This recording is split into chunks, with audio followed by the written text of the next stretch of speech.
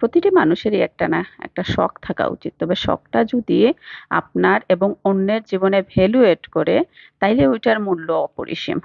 এই যে তৈরি হয়ে গেল প্রথম শার্টটা। গতকাল বলেছিলাম যে ৩ টা কাপড় নিয়ে বসেছি। ৩ টা শার্ট তৈরি করব আমার হাসব্যান্ডের জন্য।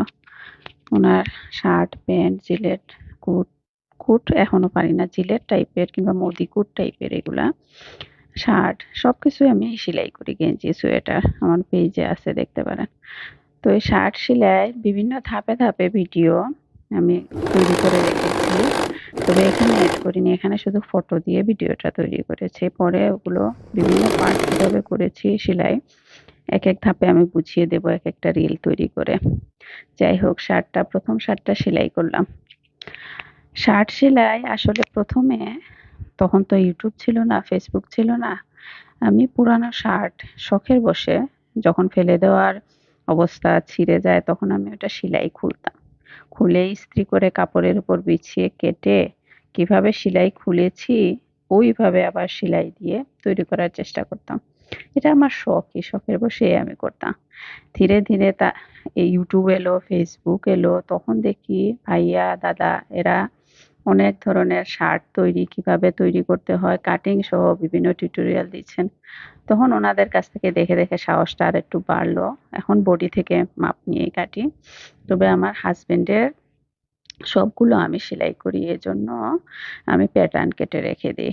বড় শক্ত কাগজে ১ম এ আমি পাতলা কাগজের মধ্যে প্যাটার্ন কেটে তারপরে শক্ত কাগজের উপর বিছিয়ে শক্তভাবে প্যাটার্নটা তৈরি করে নেই। তখন আর নষ্ট হয় না, আজীবনের জন্যই রয়ে যাবে যদি পানিতে না ভিজে। যাই হোক, এভাবে আমি প্যাটার্ন কাপড়ের উপর বিছিয়ে খুব তাড়াতাড়ি কেটে নিতে পারি। মাপ ঝুঁকেরও আর দরকার হয় না। তারপরে সেলাইতে বসে যাই। ধাপে ধাপে আমি ফটোর মাধ্যমে দেখিয়েছি কিভাবে আমি সেলাই করেছি। ধীরে ধীরে ফিনিশিং আরো হয়তো সুন্দর হবে। তবে আমি যে তৈরি করছি ঘরে বসে, আমার হাসব্যান্ড পড়ছেন, বাইরে উনার কাজেও যাচ্ছেন, পরে উনার সহকর্মীরাও প্রশংসা করছেন, এটাই আমার জন্য অনেক। কারণ আমি কোনো প্রফেশনাল টেইলার না, কারো কাছ থেকে কোনো কোর্সও করি নাই। আমি যা শিখেছি নিজের ইচ্ছা শক্তি দিয়ে। আর এখন ফেসবুক, ইউটিউব এদের সৌজন্যে। জন্য ধন্যবাদ ফেসবুক, ইউটিউব আমাদের ঘরে বসে এই ধরনের শেখার সুযোগটা যে করে দিয়েছে। আর সবসময় সবকিছুরই ভালো দিকও আছে, খারাপ দিকও আছে। তো ফেসবুক, ইউটিউব থেকে আমরা কি শিখছি সেটা আমাদের ইচ্ছার উপর নির্ভর করছে। আমরা কি যেটা শিখছি সেটা আমাদের জীবনে কাজে লাগছে? প্রতিটি মানুষেরই একটা না একটা শখ থাকা উচিত। তবে শখটা যদি আপনার এবং অন্যের জীবনে ভ্যালু এড করে, তাইলে ওইটার মূল্য অপরিসীম। ঠিক তেমনি আমারও শখ সেলাই, গার্ডেনিং, ড্রাইভিং সবকিছুই জীবনে ভ্যালু এড করছে। ধন্যবাদ। ভালো থাকবেন সবাই।